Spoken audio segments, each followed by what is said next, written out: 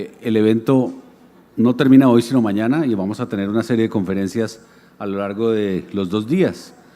Hoy vamos a comenzar en la jornada de la tarde con algo pues muy interesante, adicional a lo que hemos venido observando en la jornada de la mañana. Behavioral Credit, prediciendo resultados al usar Behavioral Economics y psicometría en la construcción de los perfiles de riesgo. Nos va a acompañar Rodrigo Rocha. Él cuenta con más de 20 años de experiencia como consultor de estrategia, gestión y tecnología en más de 60 organizaciones en 10 países de América Latina.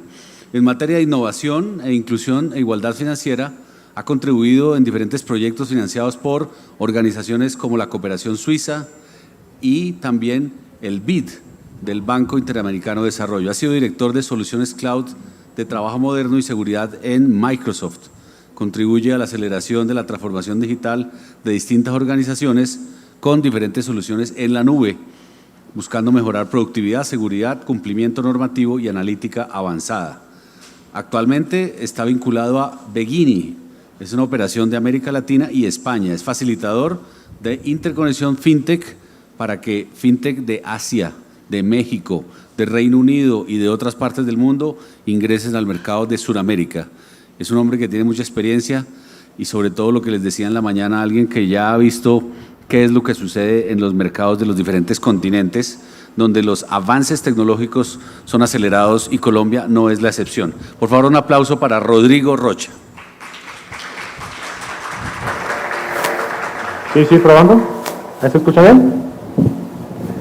Bueno, muchísimas gracias por atender. Siempre encantados de estar en estos espacios. Yo soy Rodrigo Rocha, estoy a cargo de la operación de Begini para Latinoamérica y España.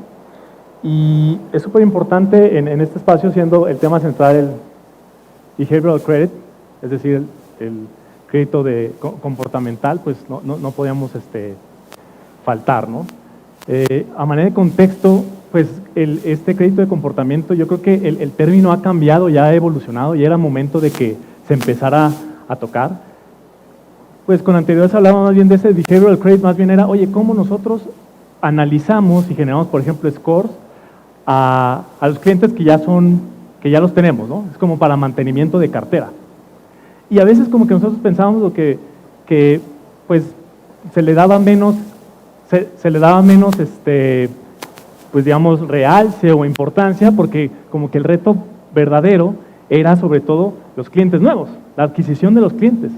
Pero yo creo que esto ha cambiado por 3 grandes cosas. Número 1, el tema, por ejemplo, de Open Banking, donde ya estamos hablando de la portabilidad de los datos, ¿no? Entonces, ya estamos hablando de que antes nosotros como entidad financiera teníamos información o comportamiento de nuestros clientes, pero solamente cuando estaban nuestros, cuando nosotros los adquiríamos. Y si queríamos información externa, utilizábamos los burós. Pero ahora el Open Banking nos está permitiendo también entender, por ejemplo, oye, con esa portabilidad de datos como lo que ocurre desde el 2018 en el Reino Unido, donde nosotros tenemos nuestro corporativo, oye, ¿qué harían las entidades financieras que si pudieran utilizar la información de otro banco de toda su transacción, como si para este nuevo cliente, como si fuera un cliente de él? Entonces ya el behavioral credit ya empieza a hablar no solamente de cuando tú eres dueño del cliente, sino cuando tú puedes acceder a la data del cliente. Segundo factor que ha afectado este cambio en el concepto de behavioral credit y por el cual estamos nosotros acá, es evidentemente la pandemia, ¿no? ¿Qué pasa cuando de repente ya ocurre la emergencia sanitaria, de repente las calidades de cartera y la morosidad se triplica? Entonces eso se vuelve un riesgo sistémico, tanto para nuestros propios clientes, como para los clientes en el momento de nueva adquisición de esos prospectos, ¿no? Entonces los modelos ya empezaron como que a fallar, porque hasta tu propio cliente ya se comportó de una manera distinta. Y el tercer efecto, ya estamos hablando también del realce de los conceptos como Behavioral Economics, o todo lo que es la ciencia económica del comportamiento conductual. Levanten la mano, por favor, los que estuvieron en la charla de Manuel, la segunda charla. Ok, bien, tenemos una participación. Eso. O sea, ya estamos hablando de, oye, ¿cómo nosotros podemos hacer? La charla de Manuel fue más bien del lado de entendiendo esa irracionalidad, ¿cómo podemos hacer para mover esa conducta, modificar esa conducta? Pero el behavioral credit acá ya también nos habla de cómo entendemos las conductas que hoy ya tiene el cliente. Entonces, es por eso que nos genera a nosotros mucha pues, alegría esta invitación, porque es justo lo que hacemos. Entonces, el día de hoy les vengo a contar esto sobre cómo vamos a predecir, o sea, prediciendo los resultados al utilizar Behavioral Economics, lo que les contaba Manuel, pero además la psicometría en la construcción de los perfiles de riesgo. Ese es el tema que les tengo para hoy. Y aprovechando que estamos llegando, por favor, si yo les hago esta pregunta, ¿cuánto ustedes consideran que una persona puede llegar tarde a una reunión sin que sea irrespetuoso? ¿Quiénes me dicen que a partir del minuto de que llegue tarde una persona ya es irrespeto? ¿Ok? A partir de los 5 minutos. A partir de los 10. Por ahí, ¿no? 2. El mexicano, sí, tenía que ser mexicano. Yo también soy mexicano, somos más impuntuales que los colombianos. A partir de 15 minutos, a nadie se le hace irrespeto. Ok. Si yo les preguntara, oye, ¿quieres que te dé $1,000 hoy o quieres que te dé $2,000 en 6 meses?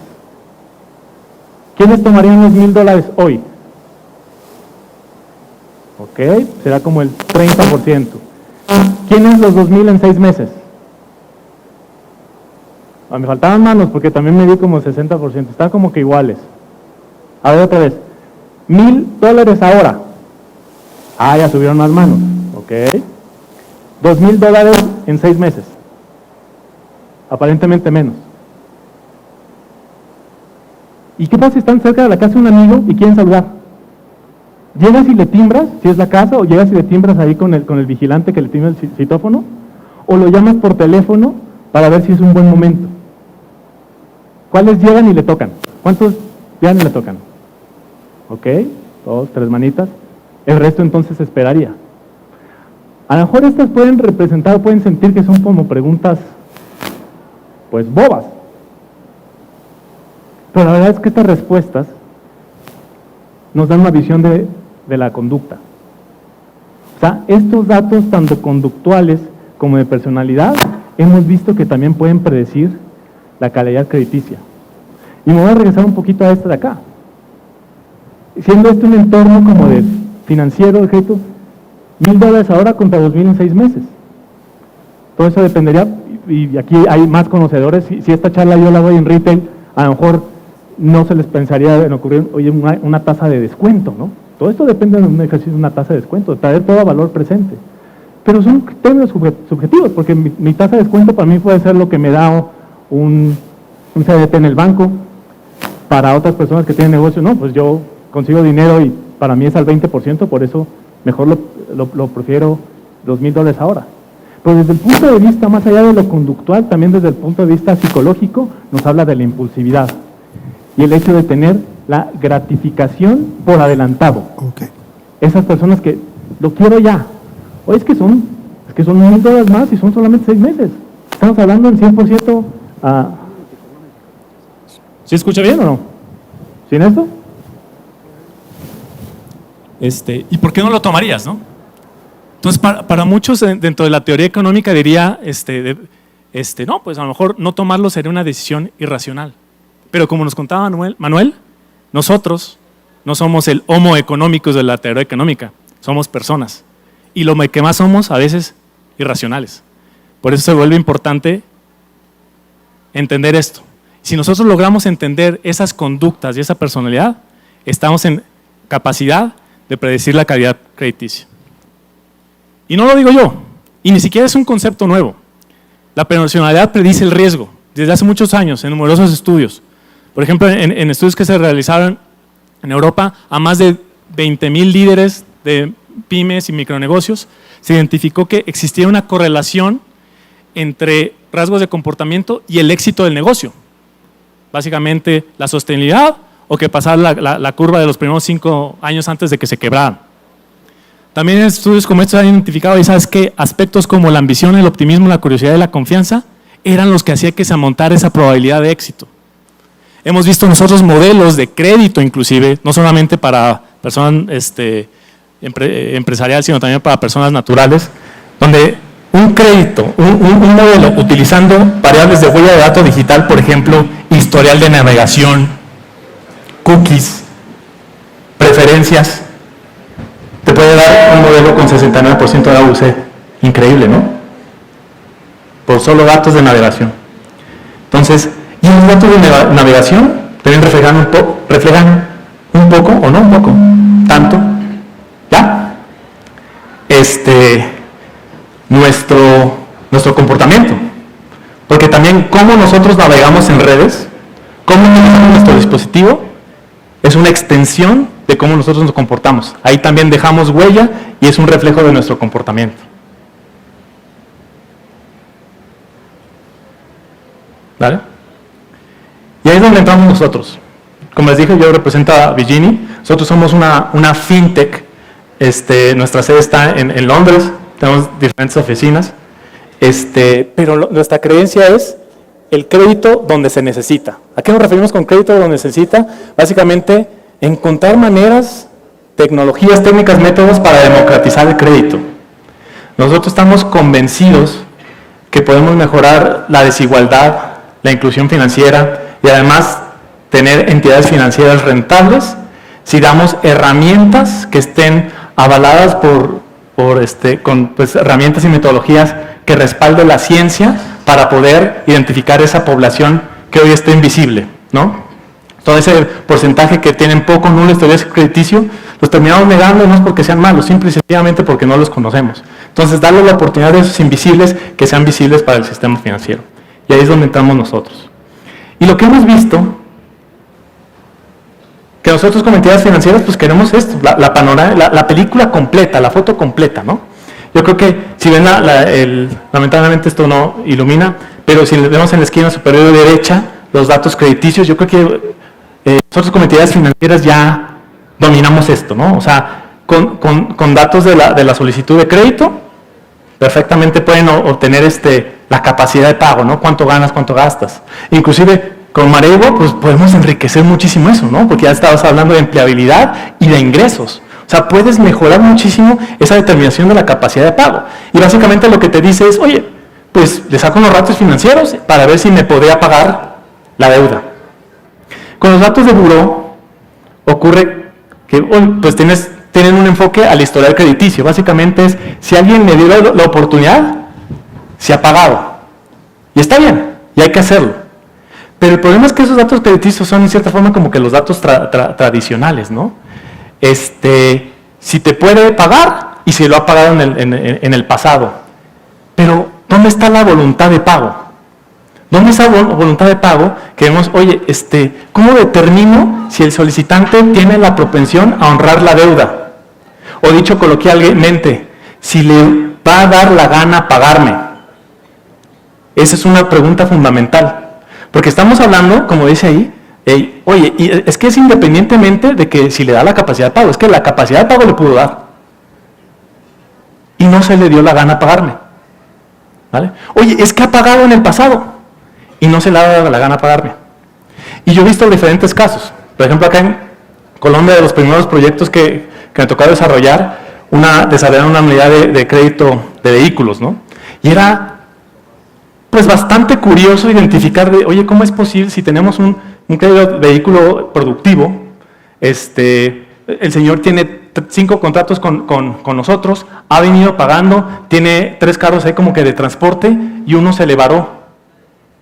Y deja de pagar el crédito del carro que está varado. Y uno empieza a ver, la racionalidad nos dice que, oye, pero pues los otros 4 están funcionando y además tiene otros 5 trabajando, a él le dan los ratios financieros para poder pagar, pero no paga. Como nos decía Manuel, oye, hay algo irracional en eso, ¿no? También me tocó trabajar con una entidad aquí en Colombia que hacía crédito educativo. El padre de familia que está pagando el crédito y el tercer semestre el muchacho se tira el semestre. Y el señor deja de pagar la cuota. Eso pasa muy seguido. Pero ¿cómo así? Es que le da la capacidad de pago, venía pagando bien, al señor no es que le hayan quitado el empleo, ¿por qué no paga? Y es esa como necesidad, esa irracionalidad de que, ay, es que yo castigo al niño no pagando el crédito. Yo castigo al carro no pagando el leasing. Y es ahí donde la teoría económica tradicional falla. Y es ahí donde las ciencias de comportamiento, la psicología y la economía conductual entra para explicar esa irracionalidad que tenemos nosotros como personas en las decisiones de pago. ¿Y qué fuentes de datos nosotros podemos tener y adquirir? Bueno, pues dentro del esquema tradicional seguiremos con los datos de buró y cada vez lo vamos enriqueciendo más. Pero nosotros podemos reflejar con otras informaciones, como por ejemplo los datos de nuestros dispositivos, la misma psicometría.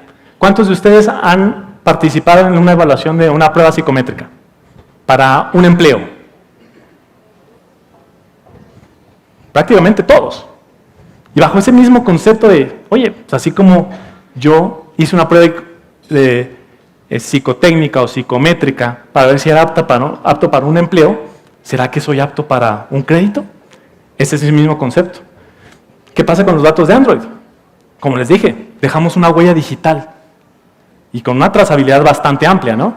Porque mucha gente dice, no, es que ya se me volvió una extensión de mi brazo, ya lo tengo pegado al brazo, ¿no? Pero eso de cosa ya se volvió una extensión inclusive de tu cerebro, porque mucho de tu comportamiento está reflejado ahí. Entonces, por eso se vuelve importante utilizar fuentes de datos alternativos para identificar eso y enriquecer la información que nosotros tenemos en esas áreas de la búsqueda del behavioral credit, ¿no? Como les decía, las personas tienen una disposición de personalidad duradera que en parte predice lo que harán.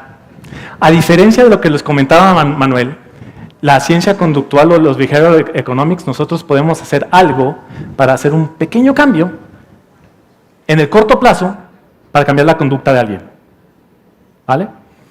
Y la ciencia, ese behavioral economics nos permite identificar esos cambios. El simple hecho que estemos aquí hoy sentados es porque nosotros queremos entender o aprender algo como para cambiar nuestra conducta y hacer algo diferente cuando regresemos a nuestras oficinas. Y muy seguramente lo haremos, ¿no? Behavioral Economics, por ejemplo, identifica cosas como, ahorita en el almuerzo estamos hablando, oye, ¿cuántas personas creen que está en el evento? ¿No? 150, 200, 250. Y en algún momento hablamos como que, es que como que se ve muy lleno atrás, pero no tan lleno adelante. Oye, ¿y por qué no te metiste adelante si llegaste temprano? No, es que como vi las sillas de diferente color, es como, yo pensé que estaban reservadas para algo. Es como si ustedes tres de acá hayan pagado platea B y la platea A, que es con whisky y todo, está vacía. Pero eso es algo de conducta. Ustedes tuvieron esa percepción como que de exclusividad. Si todas las sillas hubieran sido del mismo color y exactamente la misma configuración, eso no hubiera pasado. ¿Vale? La economía conductual habla de cambios conducta en el muy corto plazo. La personalidad, en cambio, dura a lo largo del tiempo. Es prácticamente estática. Tienen que pasar eventos muy, muy grandes o muy, muy importantes para que nos cambie la personalidad. Entonces, el análisis de la personalidad explica cómo se mide y nosotros, o sea, hay muchos mecanismos estándar de medirla y también sabemos qué es lo que puede predecir, ¿vale? Hay un gran conjunto de conceptos y la metodología más aceptada en este momento, no sé si alguna vez han escuchado, de las 5 grandes o los 5 factores, o los factores de Ocean le llaman, que básicamente es ese círculo que está ahí. Y ese Ocean es un acrónimo de O de openness o apertura, C de conscientiousness, que es concienciación, tener autoconciencia, o inclusive algunas en la literatura hablan de responsabilidad, extraversión. Agreeableness es qué tanto tu disposición como querer agradar, tiene que ver mucho con la empatía. Y neuroticismo, suena feo, pero básicamente es qué tanto nosotros reaccionamos a las emociones negativas. Donde por otro lado tenemos la extraversión, o qué tan extrovertido eres, habla más bien tú cómo reaccionas ante situaciones positivas. Por ejemplo, a veces tendemos a valorar, si somos extrovertidos, las oportunidades las sobrevaloramos siendo positivas. Tenemos una tendencia, si somos extrovertidos, a un incentivo, ponderarlo más, siendo que una persona que tiene neuroticismo, que está a veces asociado a enfermedades como por ejemplo depresión, ansiedad, tienden nada más a preocuparse. Entonces cuando vemos nosotros, por ejemplo, la aversión al riesgo, está más bien de ese lado. Estas 5 dimensiones describen a todos los seres humanos. Y lo más importante es que nos puede hablar de no solamente una situación puntual, sino no solamente de si te sentaste o no te sentaste en la silla. Una persona con un perfil un poquito más de baja nivel de conciencia o menos conciencia, si se fijan ahí dice, no se ve tan bien, acá se ve muy bien, pero por ejemplo dice si es easygoing o careless, es decir, alivianado o como que no le importan las cosas. Y sí, muy seguramente ustedes vienen en pareja y, ay, sentemos adelante. Va a decir uno, uy, no, me da pena. Y va a decir la amiga costeña, hágale, métase. Ese es el tipo de cuestiones de que la personalidad puede influir como para tomar una u otra decisión, ¿vale? Por eso es importante entender que esto influye en las decisiones que tomamos tanto en el día a día y otras decisiones no tan triviales o cotidianas, como por ejemplo lo que nosotros hacemos es tomar un crédito. ¿Cómo nosotros podemos llevar esta metodología, estas técnicas que podrán sonar muy interesantes? Pues en materia de lo que nosotros hacemos, por ejemplo, ponerle un score.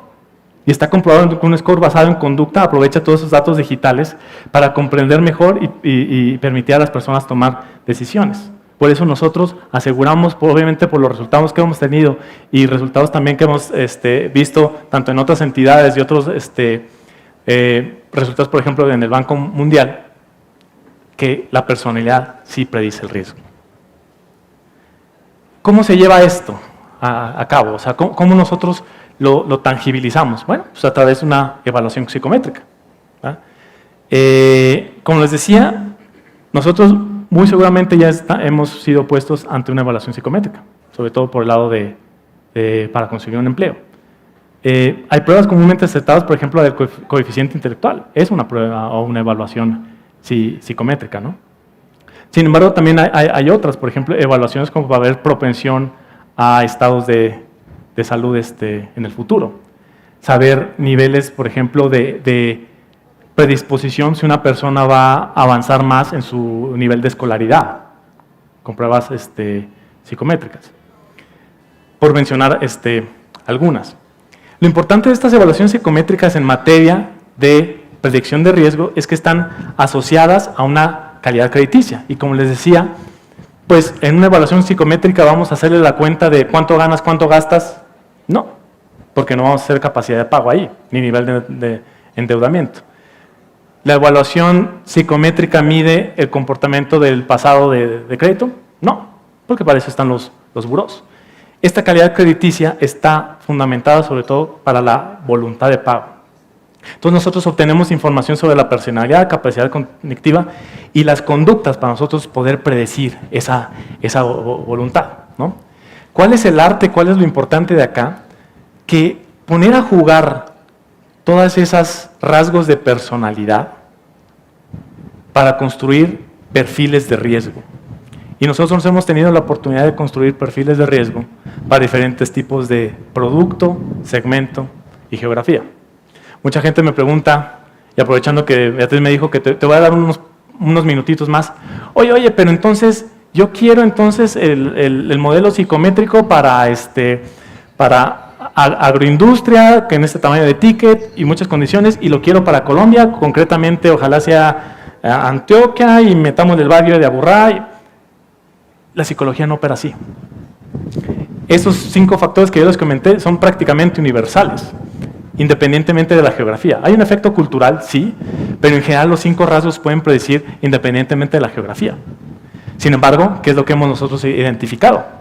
Que operan este tipo de modelos, por ejemplo, bajo la teoría nosotros le llamamos high stakes environment, es decir, algo que haya mucho que esté en riesgo, mucho que esté en juego.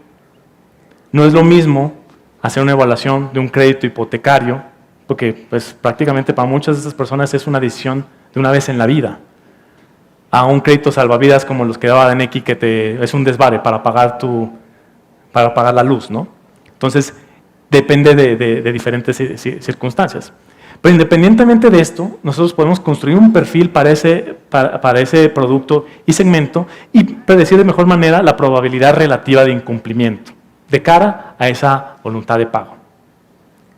Ya internamente, nosotros como Vigini hemos identificado los rasgos de personalidad y de conducta que más nos han funcionado, y son estos 12 de acá, ¿vale? Si bien, como les mostraba en la otra diapositiva, son los grandes 5, nos habla, me voy a regresar tantito, de aspectos como, por ejemplo, oye, una persona extrovertida. Por un lado, es que sea en un extremo que califique o puntúe mucho en un score de extraversión. Es una persona que es muy energética, o outgoing, aquí se refiere como que muy llevadera. Pero por otro lado, una persona con baja extraversión o que es introvertido, es solitario, reservado. Entonces, de este factor perfectamente nosotros podemos tener 4 subrasgos. Pero, por ejemplo, ¿cómo nosotros vemos la aversión al riesgo?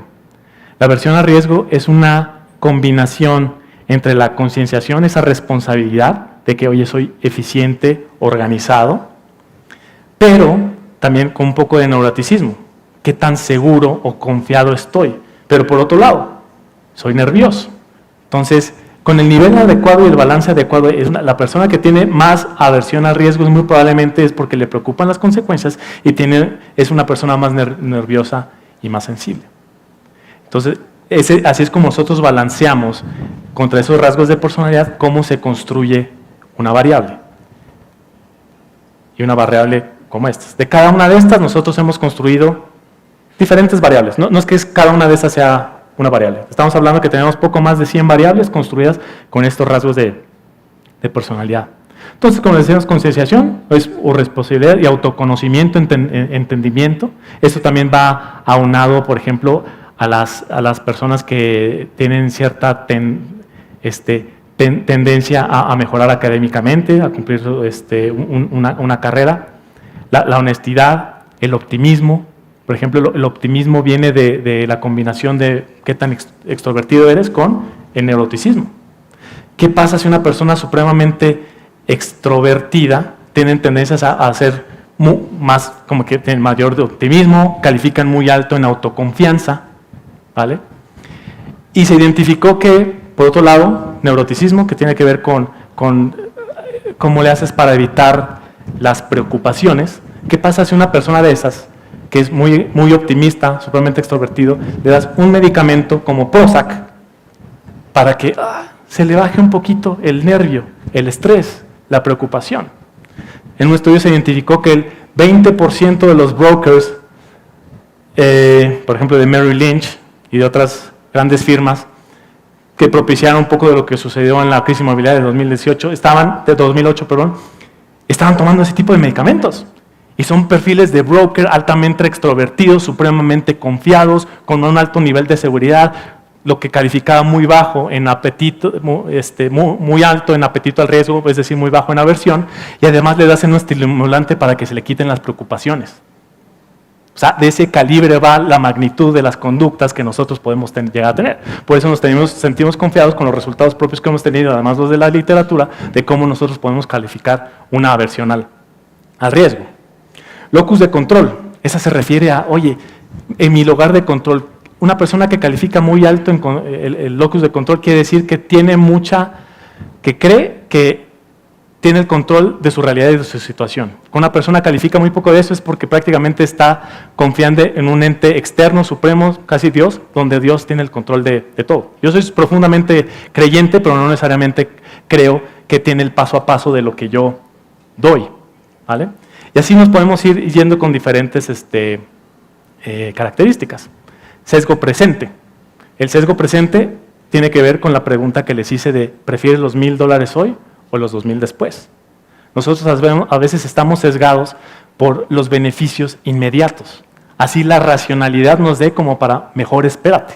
Obviamente, las personas que tienen más predisposición, que básicamente tiene que ver con impulsividad a ese sesgo presente, también van a querer como que tener los beneficios inmediatamente. Y eso nosotros también lo evaluamos. Confianza y aversión al riesgo, como les conté, aunado optimismo, confianza y aversión al riesgo, poco aversión al riesgo, podemos tener casos extremos como los que les acabo de comentar. Por eso es importante poner a jugar todas estas subrasgos de personalidad y las variables que tenemos asociadas. ¿Y cómo lo hacemos? Estadísticamente, con un modelo, donde pondera cada una de esas variables de acuerdo al nivel de significancia deseado. ¿Cómo se ve? creo que no me está jugando también aquí la imagen, pero por ejemplo nosotros vemos en todos los que están de este lado, está conciencia, lugar de control, honestidad, inteligencia fluida, vemos que a mayor es mejor. Entre más puntúen, tienden a ser mejor, desde el punto de vista de voluntad de pago. Pero hay otras características, por ejemplo, moderación, sobreconfianza y optimismo, donde no se trata que a mayor es mejor, pero tampoco es a menor es mejor. ¿Qué es lo que nosotros esperamos? Que estén más o menos cercándose a un grado medio. Si nosotros hacemos una puntuación, generalmente para arrancamos con un rating o un índice de un dígito, es decir, de 1 a 9 o de 1 a 5, donde nosotros esperaríamos que por moderación estemos más o menos en el centro. Optimismo, en el centro. Pero ¿cómo cambian estos cuando hablábamos, por ejemplo, de lo que puede hacer una misma persona que está haciendo una solicitud para una tarjeta de crédito, pero esa misma persona que es un empresario o microempresario y necesita un crédito para insumos de trabajo, capital de trabajo, ¿vale? La situación cambia, porque en un crédito, una tarjeta de crédito, sí esperamos que el optimismo, o sea, el nivel de confianza no sea tan alto, pero un empresario sí necesita tener un mayor nivel de optimismo, sí necesitan tener mayor de confianza y sí necesita un poquito más de apetito al riesgo, porque si no, no sería empresario. Un perfil de empleado sería distinto. ¿Por qué digo esto? Porque es importante identificar que cada uno de estos sus rasgos tienen y deben tener su justa medida y califica de acuerdo a la justa medida que se requiera. De manera que nosotros podemos obtener, ¿sabes qué? Un score. Generalmente arrancamos con score de 2 dígitos, a veces ya cuando se madura o hacemos ejercicios ya de entrenamiento de modelos, scores de 3 dígitos ya asociados a una probabilidad de incumplimiento. Pero damos la oportunidad de que tengas a un cliente evaluado con esa probabilidad de incumplimiento y además con los diferentes rasgos de cada uno de las características que nosotros medimos. Para que sirva no solamente al momento de adquisición, es decir, al momento de abrirle una cuenta, un crédito, también el mantenimiento. Nosotros hemos identificado que personas que tienen mayor grado de apertura, porque también recuerden era un rasgo de personalidad, son los más adecuados, como por ejemplo hacer una campaña de early adopters, de ofrecerles el nuevo producto que yo tengo. Pero si lo hacemos con personas que no tienen ese nivel de apertura, les va a chocar. Tuvimos nosotros la oportunidad de hacer un ejercicio aquí en Colombia con una billetera móvil bastante importante para hacer ese ejercicio conductual. Queríamos hacer un ejercicio también contextual de dar marketing contextual, es decir, que nosotros podíamos ofrecer los productos para quien lo necesitaba. No tenía mucho sentido ofrecer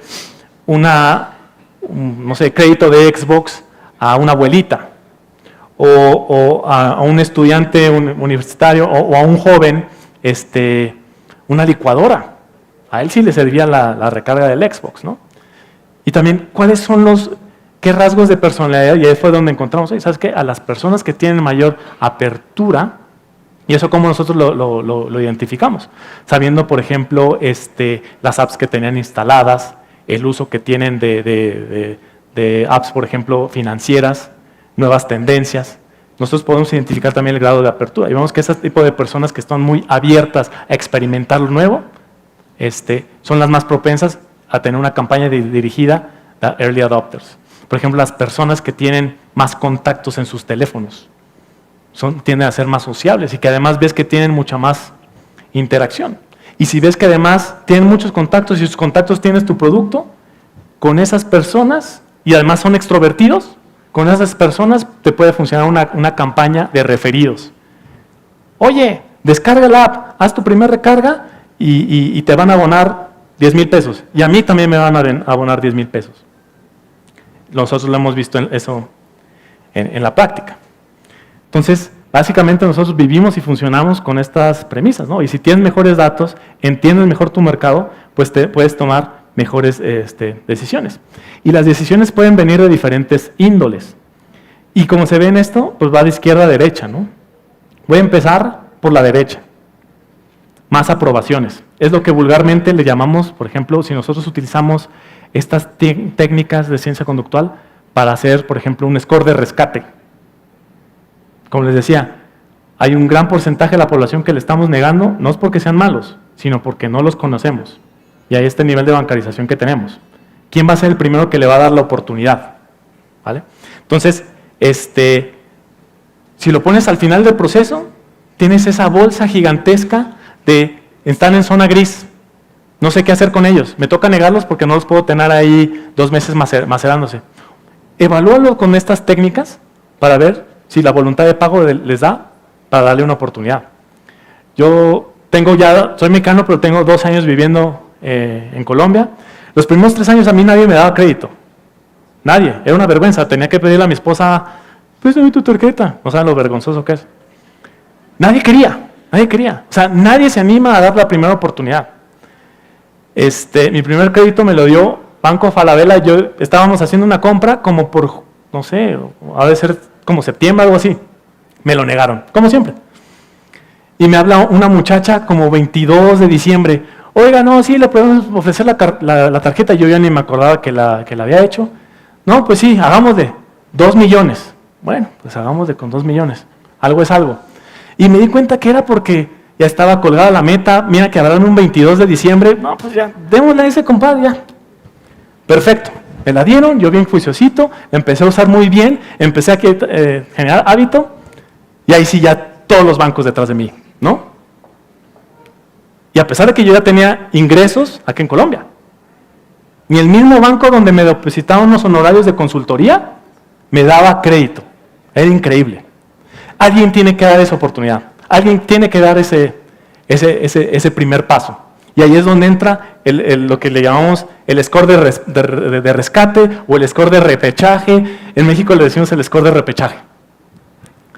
Como para ver cómo se le da esa oportunidad. Pero hay gente que me dice, no, ¿sabes qué, Rodrigo? Yo estoy conforme con mi value at risk. Yo más bien lo que quiero es optimizar mi calidad del portafolio.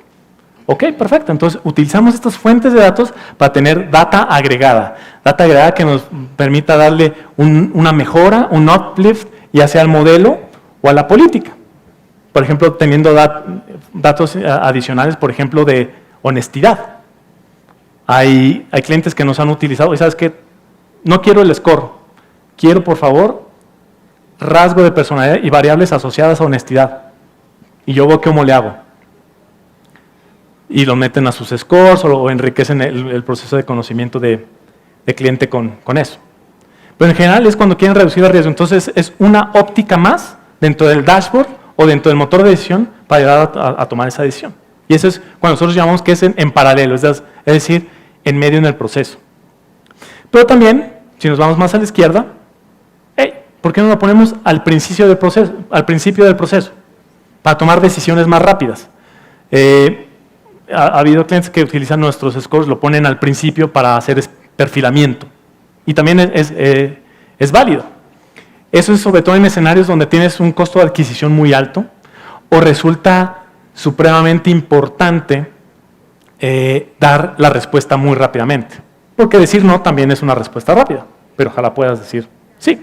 Tuvimos un caso en México donde precisamente hacían esto. Oye, ¿sabes qué? Pongamos el score al principio, hagamos un perfilamiento en el esquema de microfinanzas, donde obviamente el costo de adquisición es muy alto, tiene que ir un oficial de crédito, es como un asesor, es el que hace todo, como ustedes conocen, desde la solicitud de crédito, la cobranza, todo lo hace esta persona. Entonces, ¿qué pasa si mientras yo hago el análisis tradicional de microcrédito, el cliente contesta o hace una evaluación psicométrica? De manera que yo pueda muy rápidamente, en 20 minutos, decir, oye, ¿sabes qué? Muy buen riesgo, muy alto score, dentro de lo normal, o muy bajo score. Al de muy bajo score, lo niego ahí mismo y no le meto más costo de adquisición. Por ejemplo, olvídate de verificación telefónica, más documentos, visita domiciliaria, ese tipo de cosas, ¿no? Si está bien dentro del margen, perfecto. Seguimos con el proceso. ¿Cuántos pasos tiene tu proceso? 7. Hagámosle. Y este caso en particular, vaya así, oye, ¿sabes qué? Los que tienen muy alto score, hagamos algo para un fast track. ¿Sabes qué? 3 pasos y emitamos muy rápidamente una carta de preaprobación. Es buen cliente, amarrémoslo. Entonces, para esos 3 escenarios donde nosotros podemos utilizar y apalancarnos utilizando este tipo de metodologías. ¿Y cómo es esta recolección y análisis de datos en la práctica? Como les decía, pues a través de una evaluación psicométrica. ¿Qué es importante en esta evaluación psicométrica, ¿no? Porque ustedes no se imaginan haciendo la misma evaluación psicométrica que hicieron para entrar a su primer empleo hace 10 años, si se las pusieran para una solicitud de crédito. No es así. Tiene que ser accesible para todos. Para que esto funcione, tiene que ser con medios digitales. Por ejemplo, una aplicación web, con un navegador, o con una aplicación móvil con iOS. Tiene que ser culturalmente inespecífico o no asociado. Por ejemplo, algo que a mí me pueda funcionar, ojalá México, Colombia y Perú. Tenemos que abstraernos de eso. Que sea lo suficientemente amigable para que atienda, y con imágenes como las que ven ahí, para que atienda poblaciones de baja alfabetización.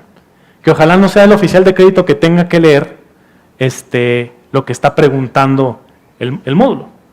Y algo que particularmente hemos visto, que es de mucho éxito, sobre todo con estas tendencias, es gamification, es decir, ponerle un potencial de hacer jueguitos. Antes no lo hacíamos, ahorita hemos aprendido mucho de eso. Y además nos hemos dado cuenta que poner jueguitos nos permite recolectar mucha metadata, mucha metadata.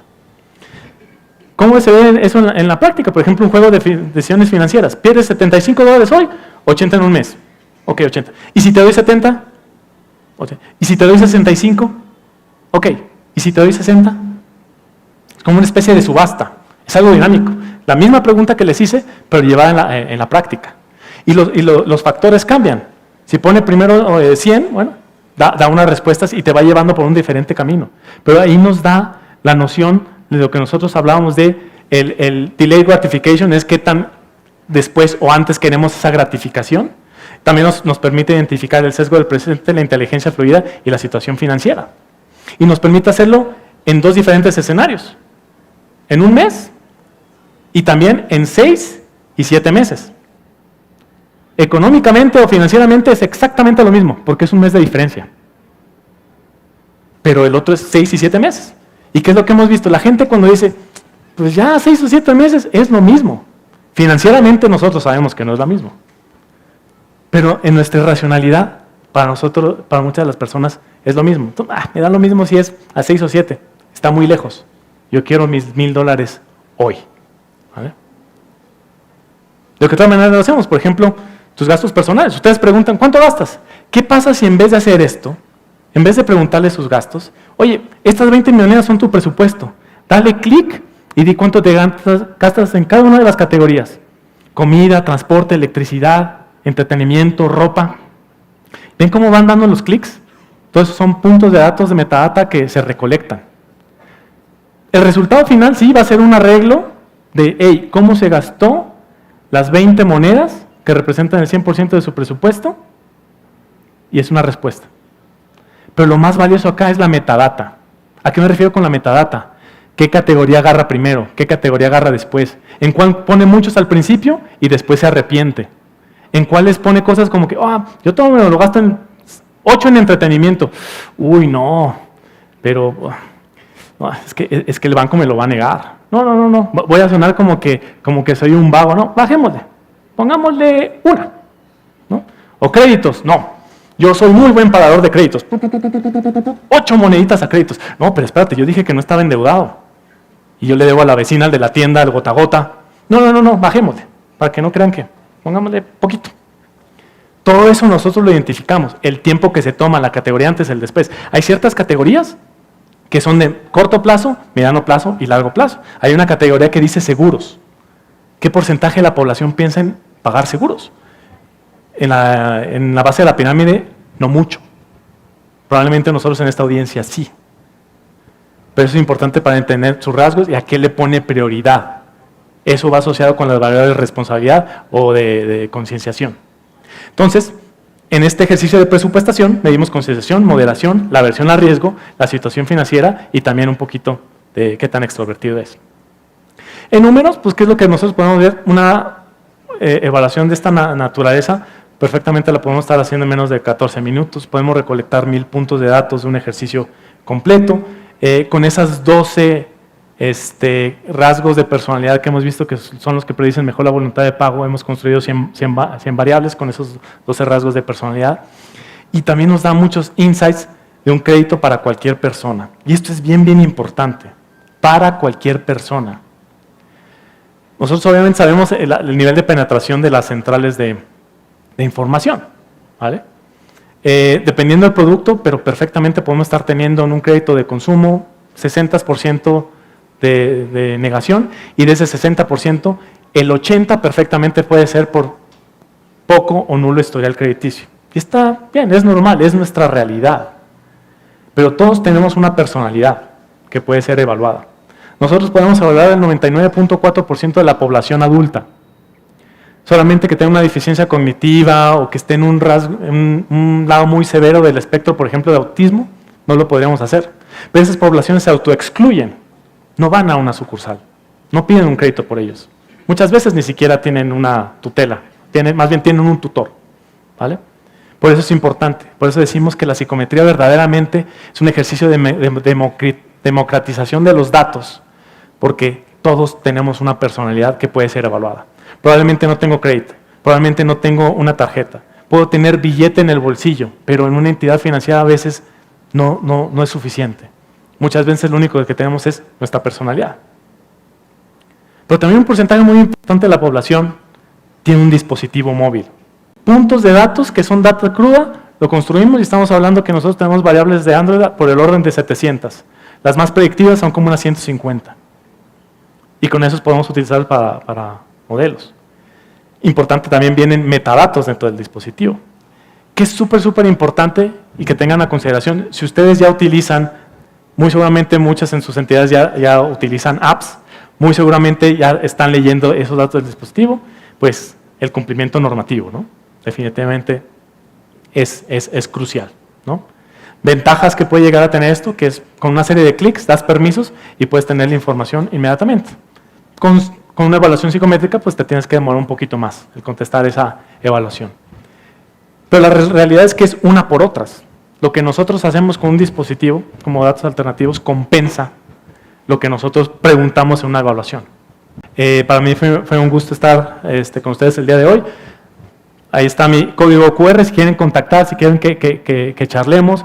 Muchísimas gracias a Ciclo de Riesgo, era supremamente importante empezar a tocar estos temas.